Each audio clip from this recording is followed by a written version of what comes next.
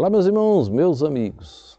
Ontem, com graça e misericórdia do Senhor, terminamos o capítulo 13. Paulo fala de 3 dons e um só que iria permanecer. Agora ele começa o 14. Vou repetir para você. O capítulo 12 ele fala sobre a distribuição dos dons. Na época que Paulo estava escrevendo para a igreja de Corinto, estava ocorrendo aquilo de Atos 2. Aquele poder, os dons estavam sobre a terra. Época, dispensações diferentes. Então, hoje encerrou, porque nós já vimos no capítulo 13. O capítulo 13 fala sobre a duração dos dons. E o 14 agora, administração dos dons, como eles deveriam ser administrados na igreja. O 12 eram distribuídos pelo Espírito Santo.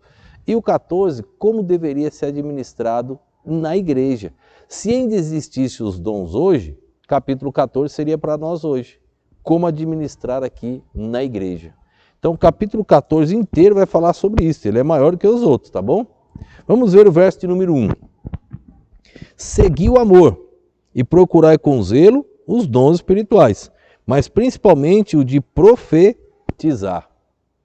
Paulo diz seguir o amor. Ele terminou o 12 falando, olhe, procurai os melhores dons, mas eu vou mostrar algo mais excelente, que era o amor. Agora ele começa o 14, passou o 13 inteiro, o 14 ele diz, segui o amor. E procurai com zelo os dons espirituais.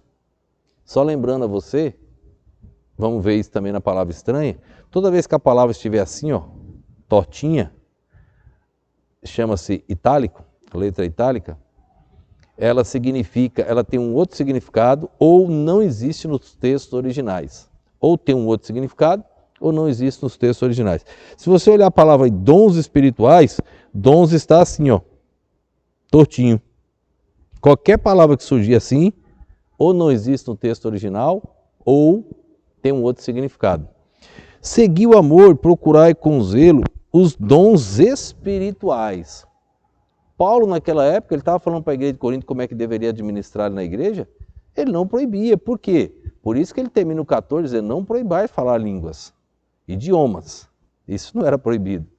Coisa estranha era, e é até hoje, não é de Deus, tá bom? Então ele diz, segui o amor, procurai com zelo os dons espirituais.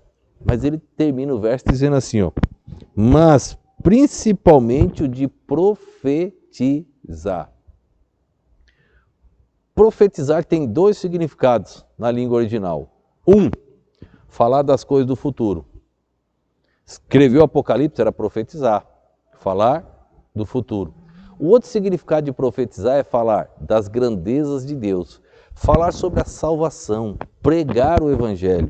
Você está profetizando. O que Paulo está dizendo à igreja de Corinto? Procurai os demais dons. Mas no capítulo 12 ele diz que era o Espírito Santo que distribuía, então a igreja tinha que entender. Que não era do jeito que eu quisesse, era o Espírito Santo que distribuía. Lá na parábola dos talentos, nos evangelhos, ele diz que Deus distribuiu, o Senhor distribuiu cada um segundo a sua capacidade. Então Deus deu a capacidade. Então não era de qualquer maneira. Paulo estava desenhando para eles entenderem. Então aqui agora ele chega e fala, mas principalmente o de profetizar. Paulo falando para a igreja de Corinto, gente, o dom do amor é superior a tudo. Se o amor reinar, vocês vão querer profetizar. Qual era a profecia que ele está falando aqui? Falar do evangelho, do amor de Deus às pessoas. Era isso que Paulo queria para a igreja de Corinto. Era isso que o Senhor Jesus Cristo queria para toda a sua igreja. É isso que Jesus quer hoje, no ano de 2023. Que nós viemos profetizar. Qual profetizar? Falar das grandezas de Deus.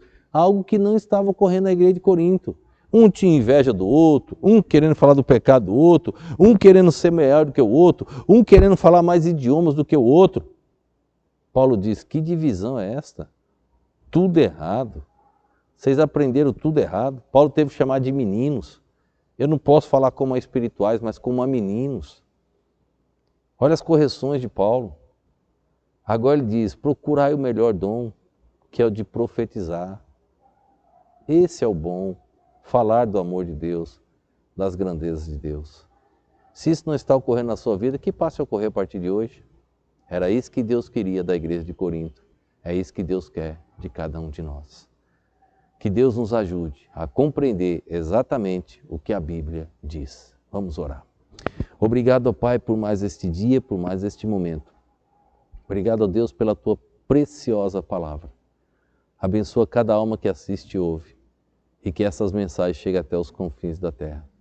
Eu te oro e te agradeço no nome e no poder do nosso Senhor e Salvador Jesus Cristo. Amém.